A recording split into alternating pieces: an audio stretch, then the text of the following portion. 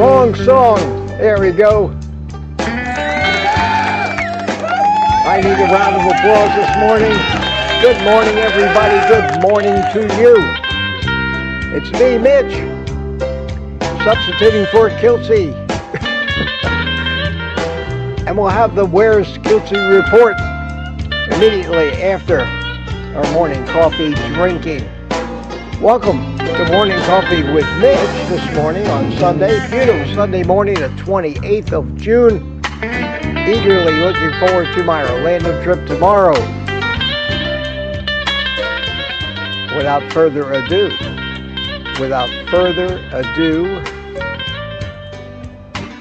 drink it. Drink it if you got it. I will.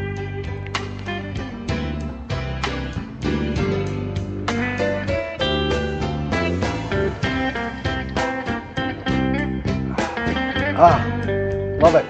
10 o'clock. Day's half over already. Here is the link for the panel this morning. And join me.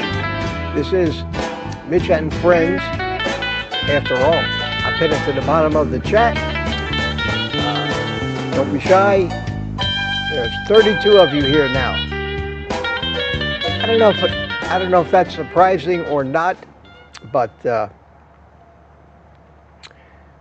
it is Sunday morning. Kiltz's show. There's Gary. Hi, Gary. In the green room. There's life out there. This is Kiltz's show. He has a link. May pop by. We talked on the phone this morning. He's trashed. He's jet lagged. He's in Sarasota. Tell everybody I'll see him tomorrow morning, he said, at 9 o'clock. So, rather than me being a kind of a co-host this morning and relegated to the task of pushing buttons, I guess I'm in charge. So let's have a nice little panel. Spend an hour together this morning talking about things. All things. Carnivore, memes, funny stuff, educational stuff. And we'll do that. But let's start off first by letting me, while I wait for the panel to fill up a little bit, let me welcome people. Here, Rick is here. Okay, man, all the usual suspects are showing up. So this morning, we started out with Mary M. Hi, Mary M. How are you? And Mike Silly from Tampa checked in. This was this morning. This is Leviticus 20:13. Mitch, hi. How are you? Humira's here. Good morning, Humira. Amanda. Hi, Amanda. How are you this morning? It is a beautiful day. And we have Sandy Blythe here. Hi, Sandy. Everybody's chatting away already. Richard Williams from Copper Hill, Tennessee. Barry Simon from... And I've found out that this is a tough one for me to say. Left over from the stroke and still affecting my speech. Massachusetts. Massachusetts. That's tough. That is a tough word for me to get out. Hopefully. The other day I could hardly say it. I've been practicing. Speech therapy. Mike Silly Sr. is here. Hi, Michael. How are you? And Rough Carnivore from Guam. Good morning. And CB's here. How you doing? Rick chimed in this morning. And we're at 8:59, just before we started. Sparky Donna, good morning to you, Donna. And the first one in this morning, Marla Kelly. Wow, the winner this morning. Where's Lance? Where's Robbie Autry? Well, congratulations to you, followed quickly by the rest of the crew. Isabella's here, and Valerie. Hi, Valerie. How you doing? Good to see you. I have to get used to this big screen in front of me. different placement of some of the buttons, but we'll get through it. We'll get through it. I am outside. Mike Sealy Sr. We got 4 people in the green room, so we're going to get to it real quick. Amanda, Smokey Bear Lover, Chuck Super Tunes, how you doing? Loretta Nadow, how are you? Scotter is here. Good morning to you. Jerry Voitage, hi Jerry, how are you? Beautiful day here in Florida, sunny. Got my ceiling fan right over my head, so it's blowing on me, and I'm very comfortable. Spanky, good morning, Spanky, how are you? Keto Simple, good to see you, my friend. Edward Renner's here. Donna Ray is here. Who did I miss? Thomas is here. Hi, Thomas. How you doing? Everybody's chatting, saying hello. And that's Spanky. Already said hi to you. Spanky saying hi to everybody. Aaron is here. Hi, Aaron. How you doing? Good to see you. And who did I miss? Amy. Amy is in the chat. We have red hair here this morning. Always pleasure to have red hair in the house. Humaira, good morning, Humaira. How you doing? And we have anybody I missed? Spanky, and the last one in the chat is Susie. Hiya, Susie. How you doing, sweetie? Good to see you. Okay. Let me switch over to this view. Let me clean the screen of erroneous things covering up my pretty face. And let me bring in our guests this morning. Hope everything works. First one in. Good morning. Good morning, Drink it Gary. if you got it. I will. Oh, I see you got one of Alia's cups. Yep. Well, while we're big, I'll show off my shirt of the morning. It's one of Gary's shirts. I take off on, I guess that's a laundry detergent. And it's cool. It's cool. Check out Gary's bonfire store. Let me do my duty here to pay for all these T-shirts I'm getting. And thank you, Mitch. Paste this in the chat. Hang on a second. Go over here and paste this. Yes. So that Tide laundry detergent. That's the Target logo. Yeah. And then 2 of their slogans there are spoofed. All right. What does it say? You read it to me.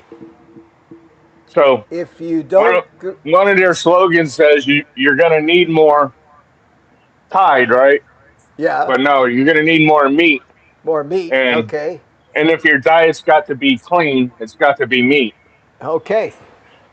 There you go. Nice shirt. Nobody will get it but us, but that's okay. Rick. Morning. Hello. How you doing, Rick? Oh, I'm worn out, but I'm okay. You sound like Rodney Dangerfield. He says, I was in rough shape yesterday, but I'm okay now. There you go. That's one of his standard lines. Good to see you this morning. I enjoyed popping in for a few minutes to see you yesterday, and I think that StreamYard thing really enhances your Saturday morning. You don't have to do it. You don't have to do it all the time, but just some of it is good. People like to see their own faces on the screen. That's true, and they like to talk as well. Yeah, that's great, and better than a phone call. For most people. I think so. And here we have blowing our nose. Okay, just so you don't feel... Thank you. Hi, I don't Amy. know what's Amy. going on today, but my eyes are watering and my nose is running a little bit. Probably summer allergies, I guess. I don't know. Maybe. But, Here, I'll light a cigar. Maybe that'll help. Yeah. Normally, I'm not available at this time because I'll just say I go to church at this time, right? But I have a meeting at 11, so I went yesterday, and I'm like, pop in and say hi to my good buddy Mitch this morning. Well, that's great, and encourage some more women to come on with us. Yes. We're up to and I missed the women's panel, the raid too. Oh, that was fun. I want to do that again. I like being in the center square on that one. And we got some great memes from that. Barry really came up with some funny stuff. We also have Mike Seeley. Nobody's paying attention. Yeah, hi, Michael. How are you? Good morning, everyone. Smoke them if you got them. I'm wearing a Gary No Slow original. Can you see Oh, it? look at that. Oh, Fruit of the Farm. Yeah, I got one of those too. Gary has filled up my closet full of T-shirts. Well, Hi LDLC one. I think that's my favorite, but I haven't seen some of the new ones. And thank you, Gary. I just want to thank you personally. I don't have your shirt on today. I'm sorry. Actually, I have a picture of a pizza, but don't worry about that. That's good. It's local, You're triggering me. I assure you. But no, thank you for doing this for the community. We're loving your shirts, and Glad they're everyone just likes great. it. They're awesome, and you must be going bankrupt, you know. So if anybody's out there, please hit up Gary, buy a shirt from him, and let's send him some love. Do you happen to buy me a coffee or anything? Any way that we can? Yeah, you can buy yourself a T-shirt at my store. No. Gary. But I'd like to thank Donna and Thomas. They had live streams this weekend, and that helped get the word out.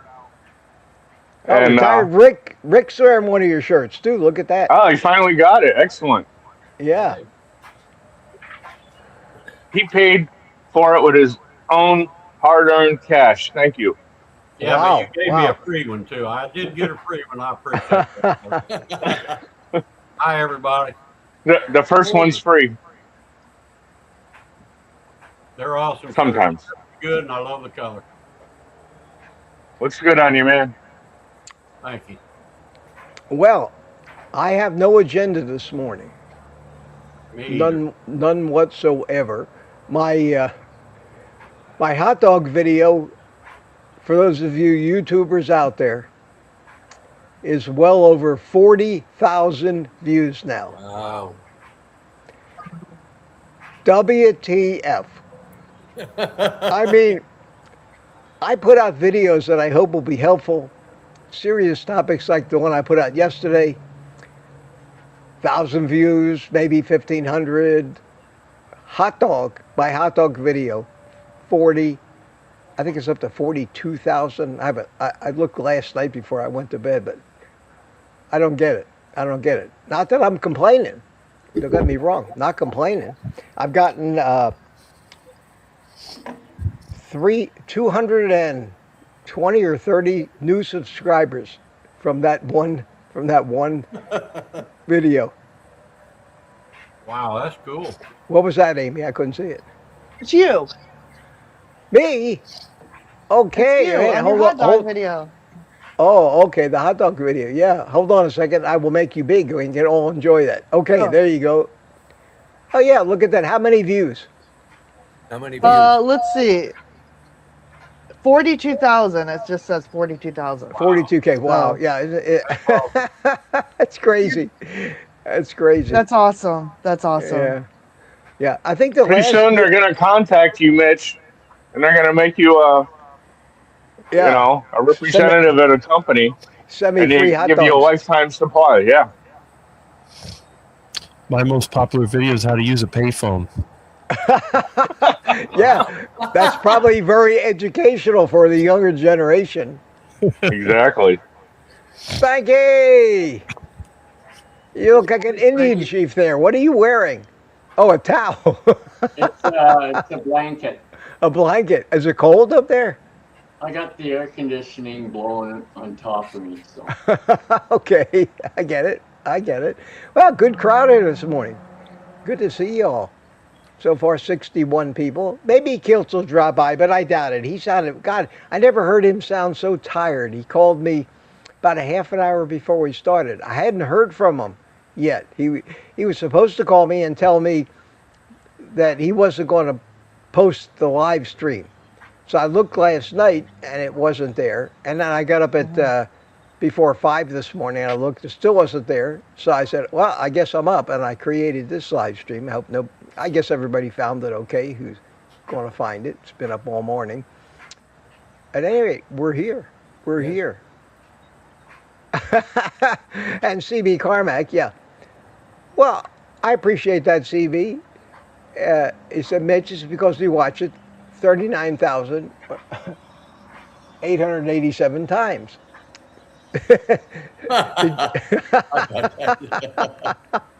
I'll take it. I'll take it however I get it, CB. I appreciate the loyalty. What does your normal video get? 1,500, 2,000, 2,500, maybe 3,000. Occasionally they go to 10 to 11, 12, and every once in a blue moon, maybe once a month, YouTube, something about a video. And it's usually involving how to cook food of some kind. My biggest videos are always the kitchen videos. I probably should do more. The problem is, how do you come up with new creative food videos for carnivore? You know, any ideas? Any new ideas? YouTube deleted my best cooking video. I'm doing a smoker series, and I'm excited because my brisket video just got 300 views, and that's like the most. But what I do is just cook what you cook normally, right? And if you do something special, just film it. Okay, if you're trying something new and you're doing something special, film it, because it's funny. Those are the things that I find, the ones that I really work hard at and put a lot of time and spend 40 hours editing them, they get like 20 views, right? Yeah, and then the ones that I just like on the fly real quick, slap it together and throw up, then the ones I'm not proud of are the ones that like get. Now, my most popular evergreen video to date is I made some ice cream. It was like a 2-minute video, long form, and it's the one that every day I keep getting views on. Not a lot. All right, Mitch, the blueberry ice cream video. We haven't seen it yet. It's ice cream. Well, here's somebody else new. Hold on, let me make my window bigger so I don't lose anybody at the bottom of the chat. Everybody, give a round of applause.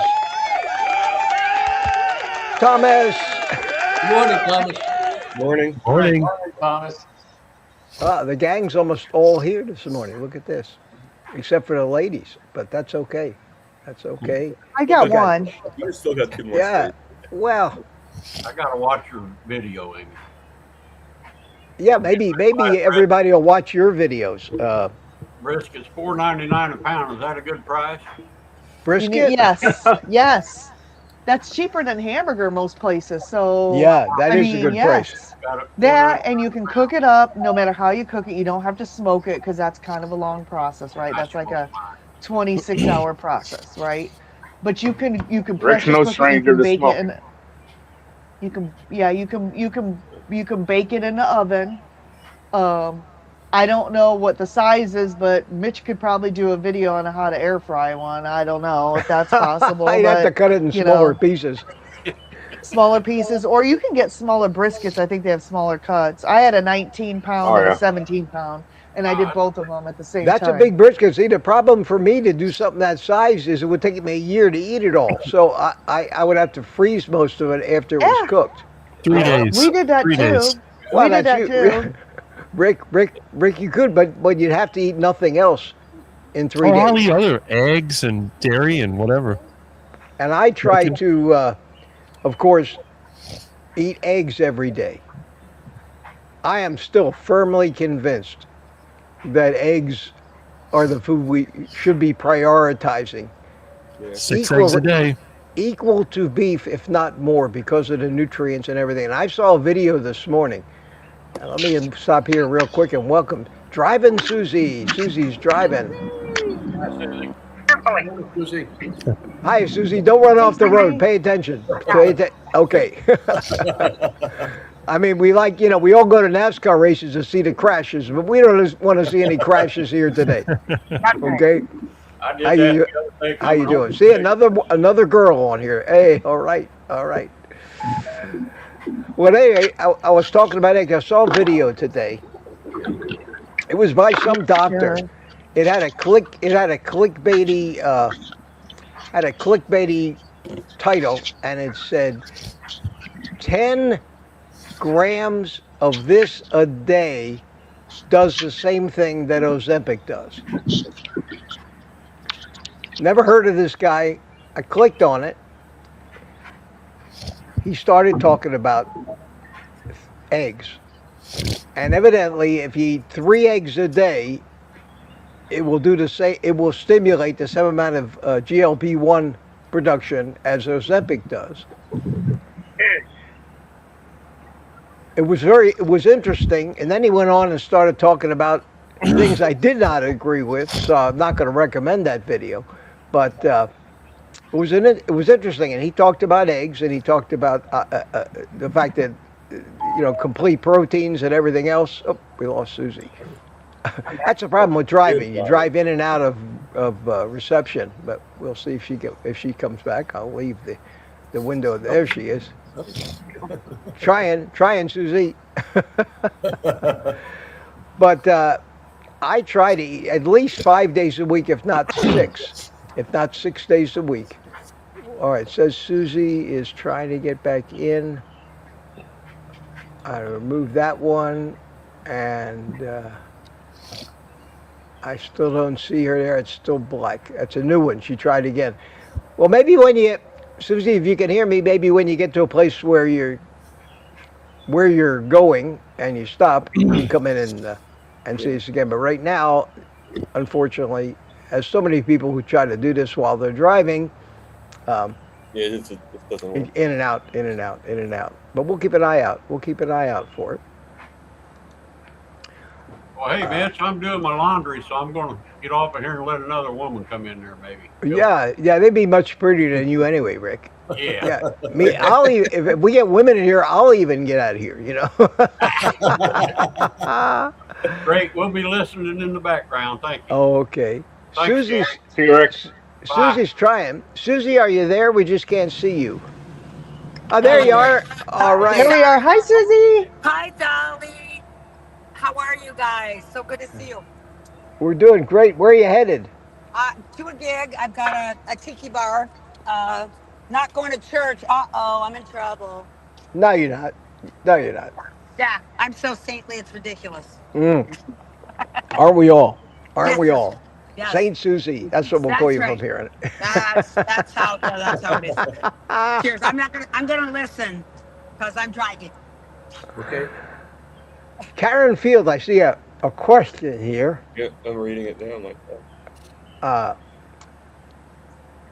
Regarding your terrific video on why people fail trying carnivore. Do you think people fail also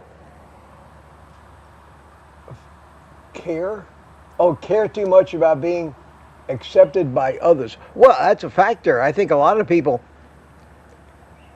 get blown out of this diet by the rejection of the carnivore lifestyle by others because it's so different from what everybody else, the message, the conventional message from everybody is, you know what it is, fruits and vegetables and whole grains and a little bit of meat, lean meat, and no fat and no salt, which is exactly the wrong thing. So what we do flies absolutely in the face of everything that people are hearing. And you have to be very strong in your convictions.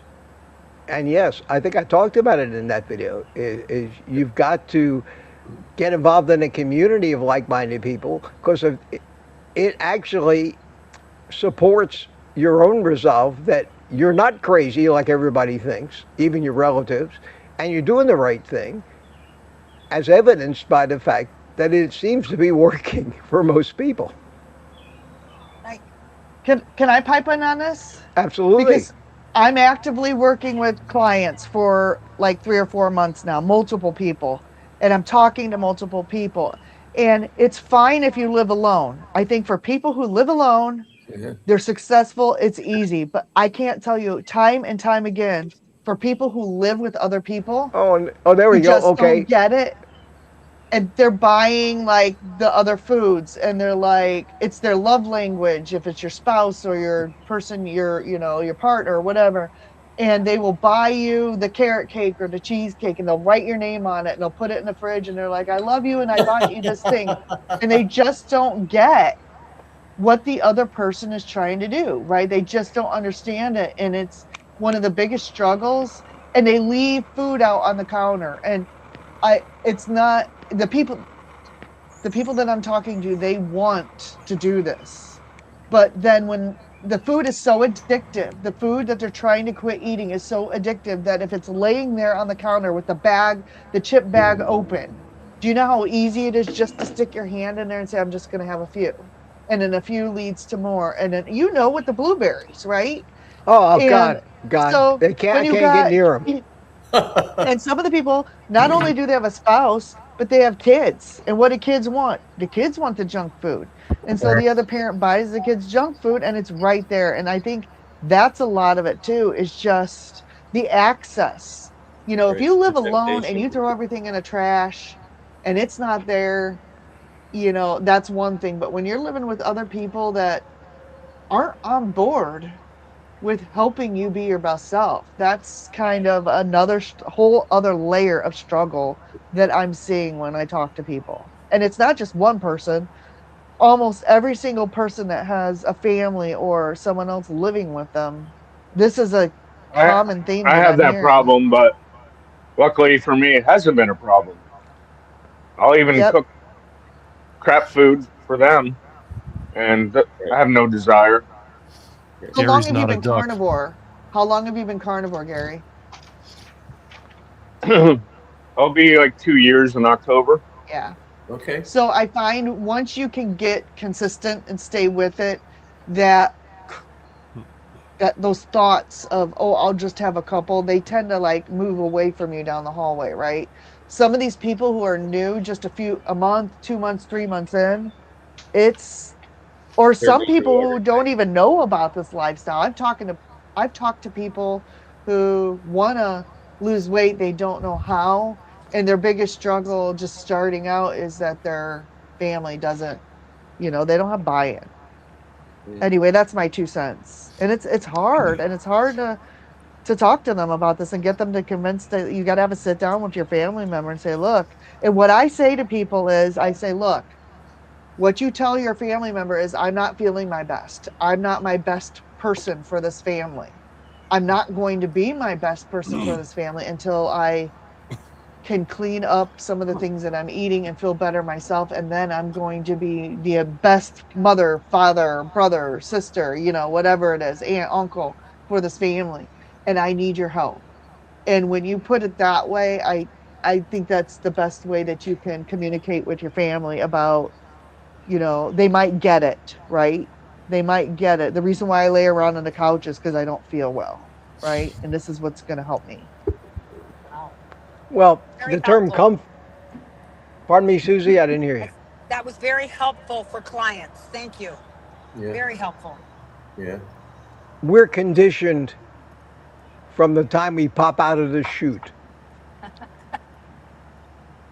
to equate sugary, comforty foods with love. A treat. The term, here's a treat, little Johnny. Oh, good boy, little Johnny. Here's a reward. We do the same thing with our pets. Yeah. Our pets. We get them to do a trick, and we feed them kibble or some treat that's all sugar. And they get addicted to it, too. And they equate in their mind, and we have all our life, that sugar is love. And how do you change that after it's been a part of our culture for 75 years, 100 years, or longer? That's how do you the biggest change that? struggle. This is the biggest struggle that I'm finding when I talk to people, and I'm noticing a pattern. And then my dad, love you, Dad. He'll never watch this, so I can say this. He just had he's been on statin drugs for 40 years, since the 80s, right? Since I was a kid. Well, at least he's 80. At least he got that far. Yes, but as we know, it doesn't do jack what. And he's just had 2 heart procedures because he had 90% blockages everywhere. And he yelled at his doctor. He's like, why the hell am I taking these? Because these were supposed to prevent this. And so he's going through all these stent surgeries, and they couldn't fix everything. And then, I'm putting him on a ketogenic diet. My mom won't let me take away the vegetables. Okay, so I'm compromising. He's got to have some veggies, whatever, eat certain veggies. But then I have a doctor in my family jumping my shit about getting him healthy. He's lost 40 pounds. And then they come to my house and they got a little newborn baby, like I don't know, he's 1 now. And they're feeding him junk baby food, like baby food cheese puffs. And I'm like, you're yelling at me about giving my dad meat and veggies, and you're feeding baby food junk food into your 1-year-old. I'm like, I just have to, my lip was bleeding from not starting crap at my family function. You know what I'm saying? Like, I just can't, I can't shut up. The Italian and Belgian, you know, fire pit comes out of me, and I just want to like jump down people's throats, but I can't. I'm a little spunky. Throw flames. Karen says, do any of you just don't tell anybody that you're a carnivore? Well, if you're living with people and they're constantly doing things that push you off of the diet, you have to tell them. Yeah. You have to let them try to understand that you're not crazy. And when the entire medical community keeps pushing them towards sugar and drugs as the answer, how can we not appear crazy? You got to find it. Like Mike Seeley and I have a carnivore doctor, Dr. Murray Kimmel. Yes. He sees Mike's blood work with the high cholesterol. He says, perfect. Yeah. I need one of those. More eggs. And I went into those. What was that, Gary? Just tell those people your brain's corrupted by sugar, so you couldn't possibly understand. So but they won't understand that either. You can't tell a crazy person they're crazy. They think everybody's crazy but them. I was but it feels good you saying that to them. Yeah. I tried in that little video of mine, which I thought was really brilliant, because I touched on things that you don't normally hear, why people fail. There's no doubt that most people fail on this diet and every other diet. I made some points in there. Out of all the people that have subscribed to my channel over the years, we still got the same 100, 120 people in our little community that have succeeded or learned how to do it. Where are the rest of them? They're gone. They failed for one reason. Why did they fail? I keep harping back to that 3-year-old video I made about what to do in the first 30 days. And the 2 rules. Throw away the scale and eat till you can't move, but eat meat and fat. And that's the only way I've ever found in my entire life to effect any physiological changes that result in the cravings going away. You have to convince your subconscious that you're not in a famine. And 30 days of stuffing your face full of meat and fat, regardless of the number of calories it takes. Whenever you get a hunger pang, whenever you get a slight craving, get burger patties and bacon and eat until you can't eat anymore. Don't just eat a bite. Don't just eat a snack. Eat, consider it a meal. And if you got to do that 10 times a day, what is that noise? Is that Susie? I think that's Susie. Let me mute her mic. No, it's not Susie. Not Susie. Who's making that noise here? Who's making that noise? Okay. Let me try. Thomas is muted. Yeah, Tom. Yeah, I muted myself just to say. But. Yeah, it went away. Okay. I think it might have been Susie. Susie, are you still here? Can you hear us? We can't see you. That was Susie, I think, that did that. Okay. Yeah, okay. Okay, that's what happens when your connection goes in. But that's all right. That's why I got buttons to push. Well, can I make one more point of you people can make that two. I talk to? You can make 2. If you make 2 points if you want to. The number 2 thing that I hear from clients, and I'm a new coach. I've only been coaching since February, right? So I haven't been doing this very long. But the number 2 point that I hear from clients is there's too much information. I'm listening to this person and they say one thing. I'm talking YouTube creators and, and I'm like, look, let's just I have to walk them back. I'm like, you have to realize the people on YouTube are trying to get likes and clicks. And it's okay to try some of the tools that they're giving you, but here's the deal. You can't switch things up every week. Pick something, if you're going to try one of these whatevers, first of all, just start by, eating the diet. Just eat the meat. If you're keto, because, I have to coach keto people too, the whole proper human diet, just eat meat and veg, just stick to those things. And here's the ones you can do. Start with that.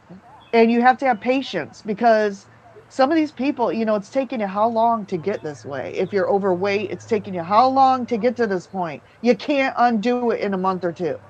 It may take a year. It may take 2 years. It took me 4 years. I went through a 2-year stall to break through that, right? So this is going to take time. So, and if you're going to try something, I'm not opposed to that, but you got to give it 90 days. You can't just do it for a week and say it didn't work. And then, move on to the next thing and try that thing, because then your body's not going to have time to adjust. So that's a number 2 thing. How do you gauge? People are like, how do you gauge if it's worked or not? Well, what are people using as that measure? They're using the scale. Yep. That's exactly the first mistake. And how long have I said throw away the scale? Oh, the scale. Yep. Oh, yeah. Throw away the scale. The amount of weight you lose is not evidence of success. You're Dr. Kiltz does that. Yeah, it's true. It's not good. That's what we're so focused on, and that's why I made that the first point in my video the other day. I said the main reason most people fail is they came to the diet for weight loss purposes. They concentrate on weight loss. They get on the scale 6 times a day. Oh, I lost 2 ounces since this morning. And then later on in the day, they gained the 2 ounces back, and they say, this ain't working, and they're gone. It's up here. It's all up in your head. Yep. Throw away the scale. The only thing anybody should do in the first 30 days of trying to change their entire physiology is eat. Eat meat. Eat. But they watch these videos that tell you, you need to fast. You need to do a sardine fast. You need to do a fat fast. That's not what a fast means anyway. Everybody is so susceptible. And that was my second point. That was my second point in my video yesterday. I said the second reason that people fail is gullibility. Gullibility. They believe anything that they hear and immediately change horses midstream. Well, that sounds better than what I'm doing. I'm going to try that now. I'm going to go on a sardine fast. I'm going to do this. I'm going to do that. I'm going to add this. I'm going to add that. This is the fix. This guy said, don't listen to the other guy. The other guy said, don't listen to this guy. Yep. Just 30 days. Don't weigh yourself. Don't weigh yourself. 30 days. Yep. One thing, pay attention to your cravings and your hunger. And if you either have a craving or you're either thinking about food, go eat. If you have to eat 10,000 calories a day to convince your body it's not in a famine, then do that. Rick does it. Yeah. The funny thing is that from everybody out there, the conventional thinking is calories make you fat.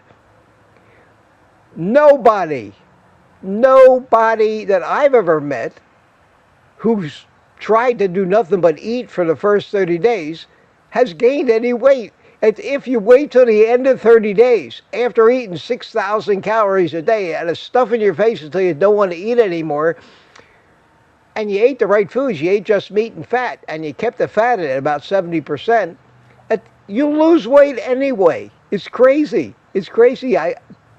Rick's an example. I talk to people who say, I couldn't believe it. I've been eating like a horse, and at the end of the month, I lost 5 pounds. But the cravings went away. Shut up, Rick. Yeah. I wish I could lose.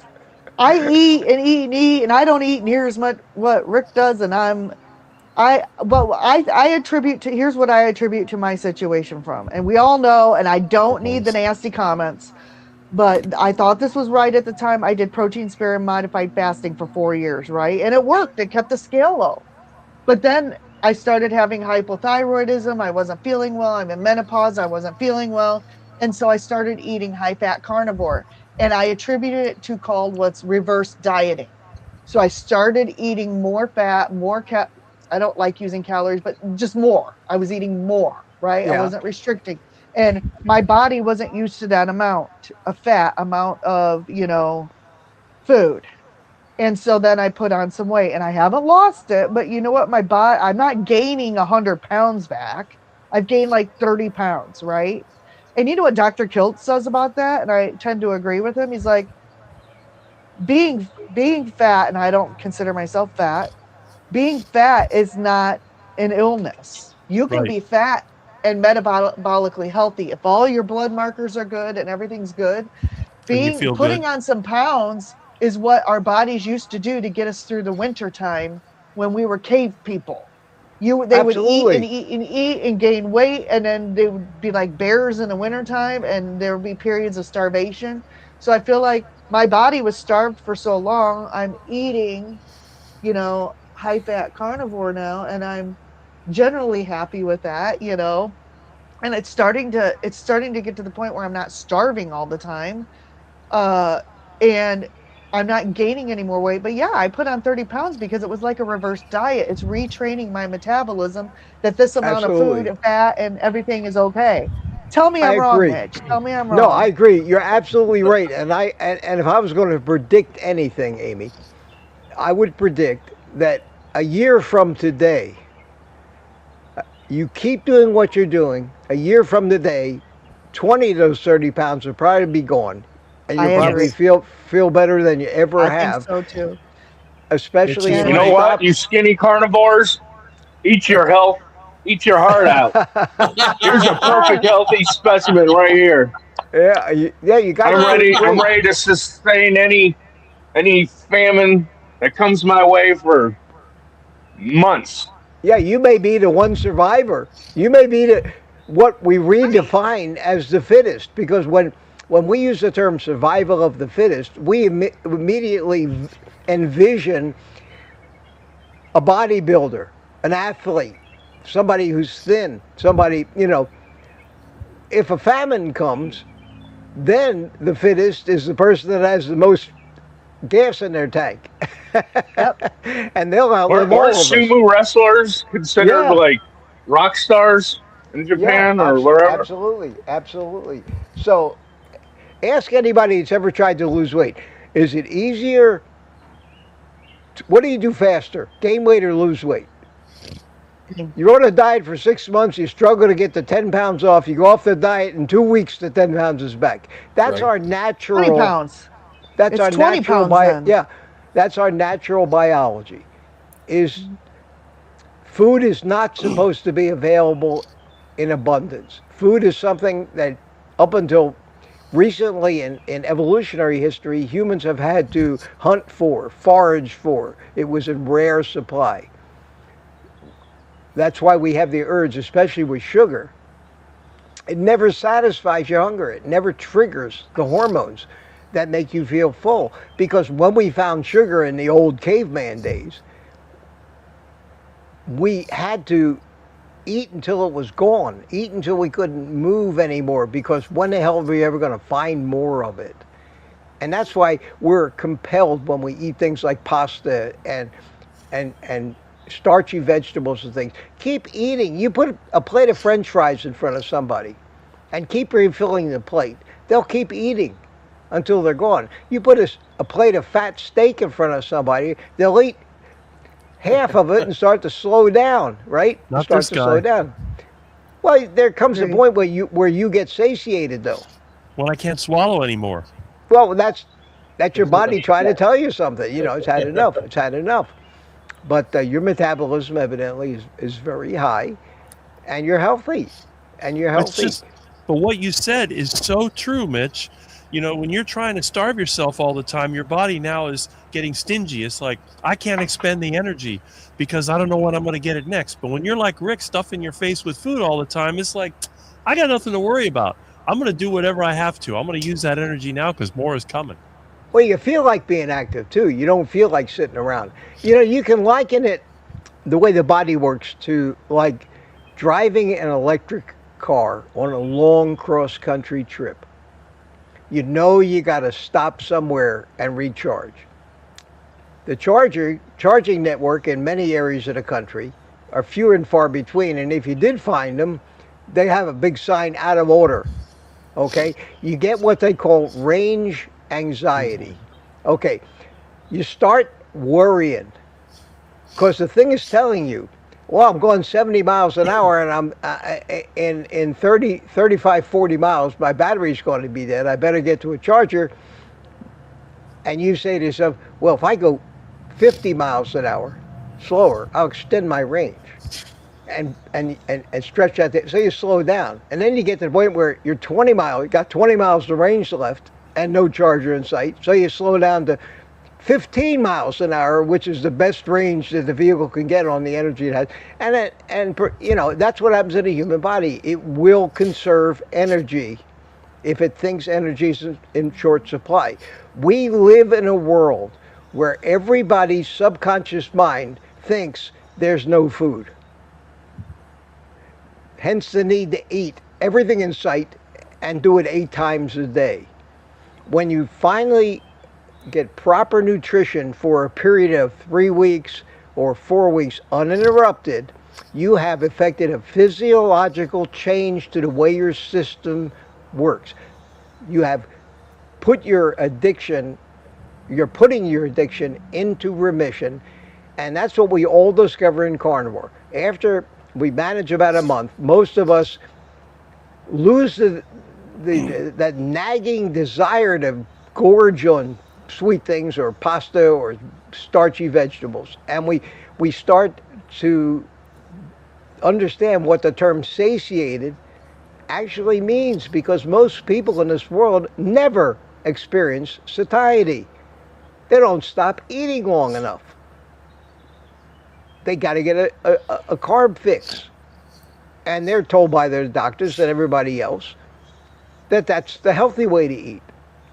So when we come along and tell somebody, no, don't do, just whatever anybody else tells you to do or eat, just eat the opposite. It's true, and it works, but there's no money in that for the people to sell the food.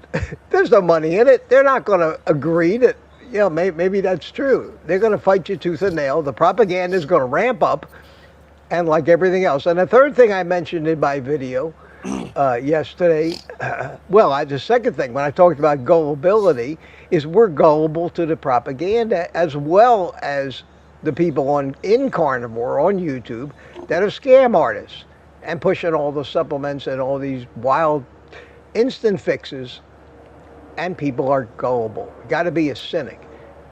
I started watching a video today. Scott Carney. Have any of you ever heard of him? Yes, I have. Okay. Scott Carney, and it's funny, it didn't get into my feed until this morning. After I put my video out the other day and talked about gullibility, this guy puts out he's an investigative reporter.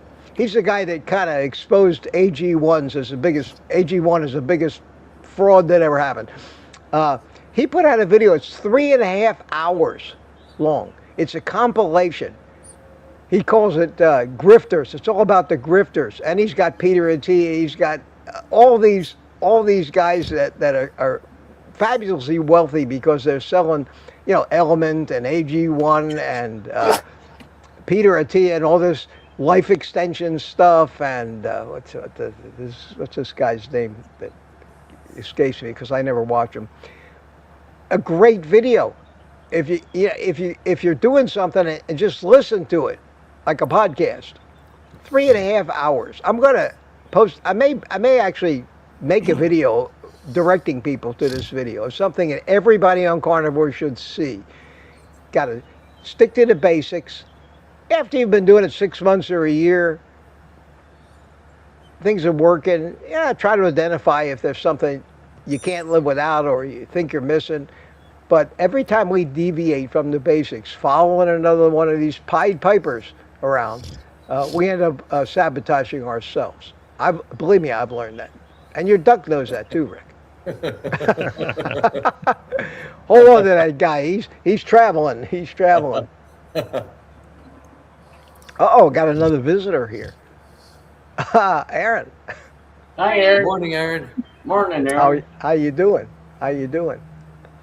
Good. I'm just delaying my workout, my morning workout. So I thought I'd come on. I'm wearing one of Gary's. Oh, cool. Oh, cool. Carnivore. Oh yeah, the ultra one. Yeah. Yeah. People are going to think we drink beer. They do all kinds of things with these shirts until they look twice. I wonder if people actually take the time to read what, like that Coca-Cola shirt. Looks like a Coca-Cola shirt. Smoke them if you got them. That's what I like about being outside here. Don't all talk at once. Yeah. Get all quiet because I'm here. I'm not going to tell you. I have found that food is medicine, and all the other crap is poison. Yep. I don't get it. You start it and stay on it, and you can't deviate from it until maybe a year or two into it, if you want. Even then you can sabotage it in a minute. Yes. All I got to do is decide, well, I really would like some blueberry ice cream. Go out and buy a bag of blueberries. Well, I'm just going to have a little bit of it every day. It never makes it past the first day. And I keep doing that to myself, and it's like the old joke about the guy keeps hitting himself on the head with a hammer, and he says to the doctor, "Doc, I don't know what's wrong with me. I always have a headache." He said, "Well, what do you do?" He said, "Well, I hit myself with a hammer every day." The doctor says, "Well, maybe if you stopped hitting yourself with a hammer, you'd stop having a headache." That's what we do to ourselves. We are so addicted, and it's so ingrained in our physiology. And the sugar, I've still proposed that carbohydrate addiction is the second most powerful addiction for the average human being. The first, more powerful addiction is sex. And that's because without it, there'd be no species. Now, you are an exception, Rick. But if every human being had the same attitude you did, we would be the last generation of the human race. So obviously, it doesn't work as a survival tool. And after sex, and there's no doubt that most people are addicted to sex. Our economy runs on sex. Yes, it does. The internet runs on sex. I mean, it's something that's on everybody's mind. Sex sells. But right after that, as a survival tool, necessary survival tool, is food. And carbohydrates has always been the food of choice when the real food, which is the meat and the fat, aren't available. Right. You got plants, but plants are supposed to be only for emergencies. Yep. Well, and I want to add something too, like just a little pep talk. Carnivore isn't perfect 100% of the time, right? In my instance, I'm a 50-year-old female going through menopause, battling hypothyroid, and I've reversed my hypothyroidism based on what the blood results say. But you can't really reverse menopause, right? And I'm still experiencing joint pain. I'm trying to figure out what's causing that. And I think there's no other answer other than my drop in estrogen, right? And I think it's temporary. Aaron's laughing at me. But here's the deal. Think about what I would feel like if I wasn't on carnivore. Like, don't laugh, Aaron, because... Okay, you're right behind me with this. Just wait 10 years. She's not laughing. Yeah. Okay. So, but what I keep telling myself is, do I have some joint pain? Yes. Is it in every joint of my body? Yes. But am I able to get up and push through it? And every once in a while, take a couple of leaves. And I know leaves aren't like approved carnivore, but every once in a while, sometimes I just got to take something to make it through the day. But imagine how I would be if I was 100 pounds heavier. I don't think I would be functional. Like, I think carnivore is what's allowing me to still be functional and get up. And once I get moving, I'm much better, right? It's usually when I get up in the morning, I feel terrible. When I go to bed at night, I feel terrible. But through the day, I'm able to push through it. And I think there's so many women out there not functioning, and even men with low testosterone, even men not being able to function with low T, that are able to push through the day, and they're miserable. And so every time I'm having a bad day, I tell myself, how would I be if I was not eating high fat carnivore? I would probably be a total wreck and not even able to get up, go to work, you know, take care of a 95-year-old with dementia, you know, help my husband do things. I'm like, I just keep telling myself, run a business on top of my day job. I'm like, I wouldn't be able to function and do all these things. So just having a little bit of joint pain, I tell myself I'm winning, I'm succeeding every day, right? So, and I think this is temporary. I think this is just something that we got to go through. And no, for those people who are like, take bioidentical hormone replacement therapy, I'm not doing it. I've been listening to Elizabeth Bright. I think it's a hoax. I'm not going to pay $600 for a pellet, which is what your insurance doesn't cover. Bioidentical hormone replacement. It's $600 a pellet. I think, in my opinion, it's another scam. There's a risk of breast cancer in my family. I'm not doing it. Does it help some women? Maybe, but not this woman. I am just going to be a trooper, and I'm going to tough through it. And every time I have a bad day, I'm like, you know what? How would I be if I didn't have carnivore? Right? It would be 1,000 times worse. And fight me on that. I don't know. That's what I say. Fight me. No, I think you're absolutely right, and I can identify with a lot of what you said because of my stroke. Yeah. I mean, think about the mindset. If I had not been a carnivore, I probably would have died by now. I probably would have been depressed. It changed my life, but the carnivore kept my brain straight.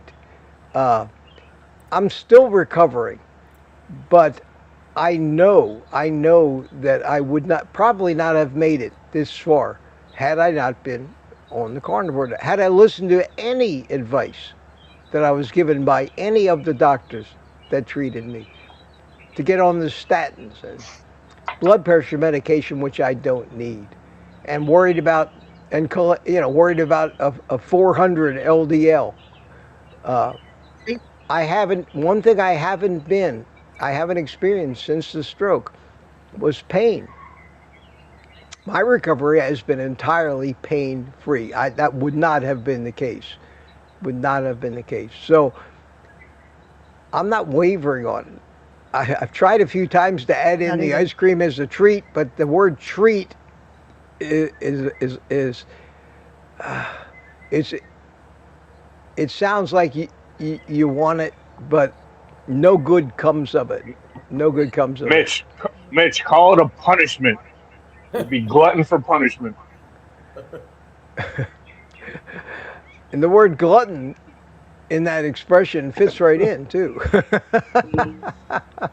So many people who finally fix things on this bow to the pressures or the scams and the false promises. You got to watch that 3.5 hour Scott Carney video. I'm about halfway through it now, and as soon as this is over, I'm going to finish it. It's amazing, and he trashes guys like all the big names that we all, Joe Rogan and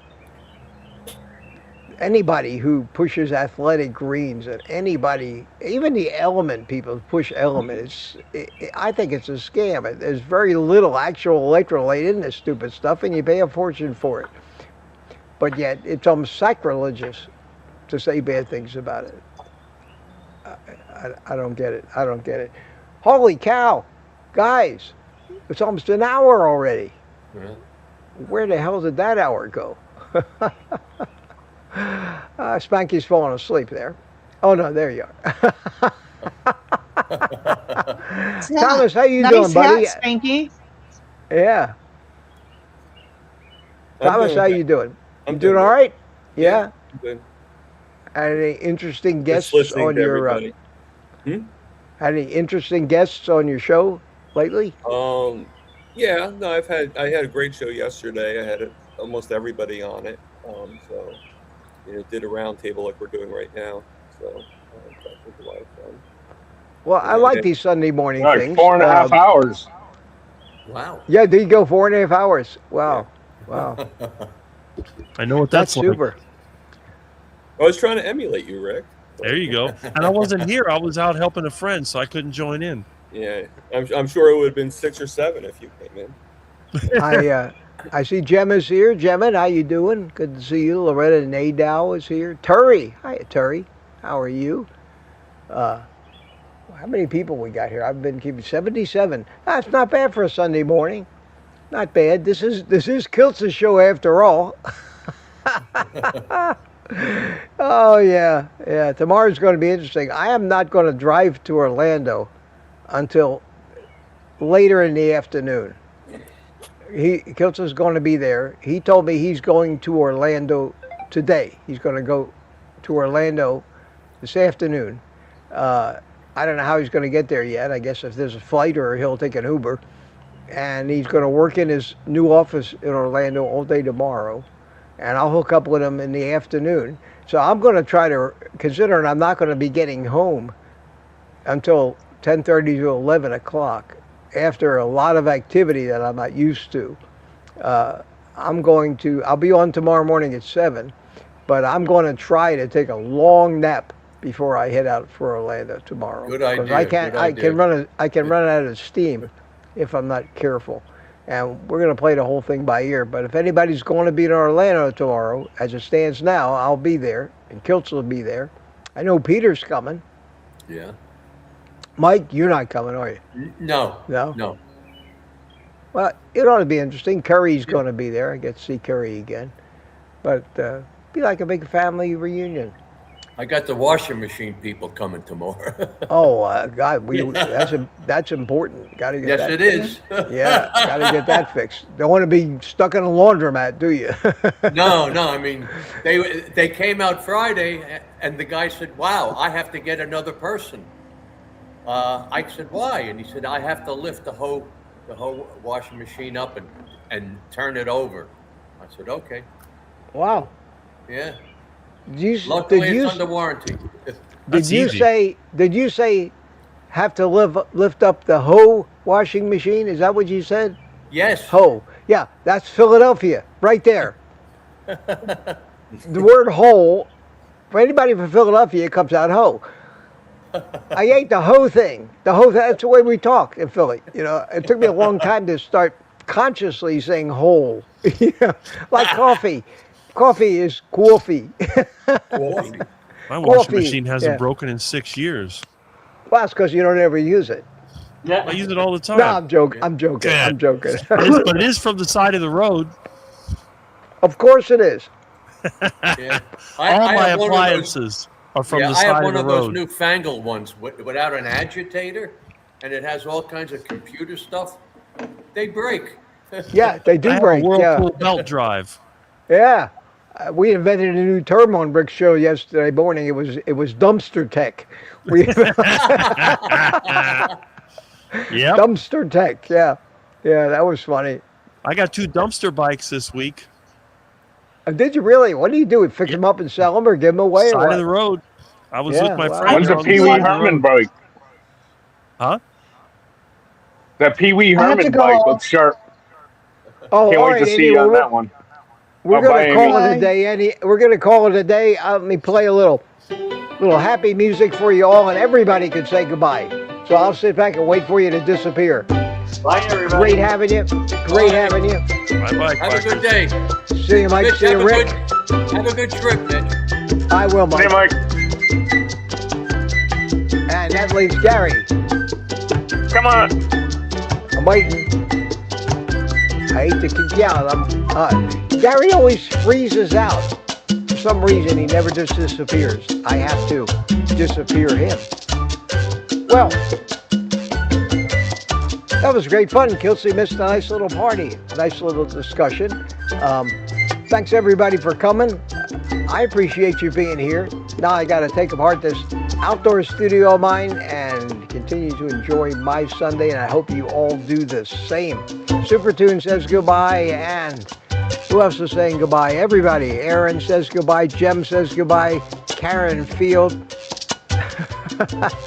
Thank you for the questions, Karen. We appreciate it. And Don Shanger. I didn't see you yet. How you doing, Don? Good to see you. And here we have Nikki. Nikki, how you doing? Thanks for coming. Thanks, everybody, for coming. Liz was here. Black Box Morning TV. And Jerry says goodbye. And Donna says goodbye. And who else did I miss? Spanky. Leviticus. I think maybe I mentioned everybody.